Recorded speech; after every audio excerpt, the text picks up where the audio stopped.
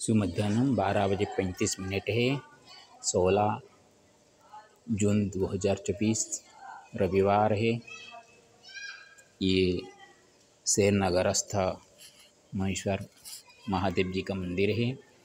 उनके लिए मैंने एक रचना किया हूँ, शेर नगर देवशाष्टकम। कृपया सुनिए।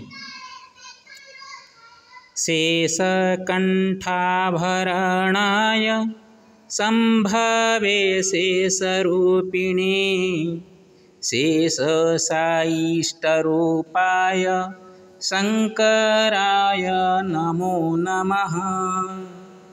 रव्यंसतेजरूपाय रव्यंसुह्रासकारिणे रक्षकजीवहिताय रविशंकररूपिणे नरदेवासुरस्तुत्या न श्रुत्वा नैव तिष्ठति नीयते ध्यानमत्यन्तं नमस्तस्मै शिवाय मे।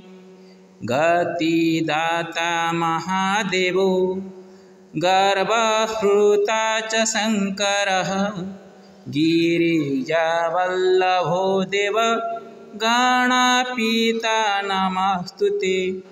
देशविदेशमध्ये च दर्शनीयास्ति यत्स्थली दैववशान्मया गत्य दृष्टश्चेषो नमस्तुते। वन्दनीयोऽस्ति तदेवो वन्दाम्यहं च तत्शिवं वारयामि समीपे बुद्धेश्वरालयः कृतिं। शास्ति माङ्क्तवशिष्योऽहं शास्त्रशास्त्रज्ञरूपिणं शङ्करगुरुरूपतं साष्टाङ्गेन नमाम्यहम्।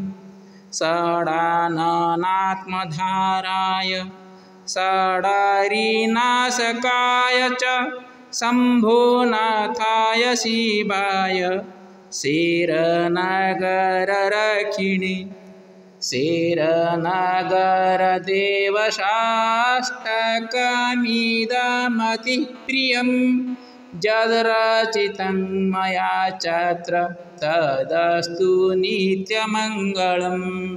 ओम त्र्यंबकं यजामहे सुगन्धिं पुष्टिवर्धनम् उर्वारुकमेव मृत्युर्मुक्षमामृतम्। ओम नमो नर्मदाय शेरनगरदेवेशाय नमो नमः।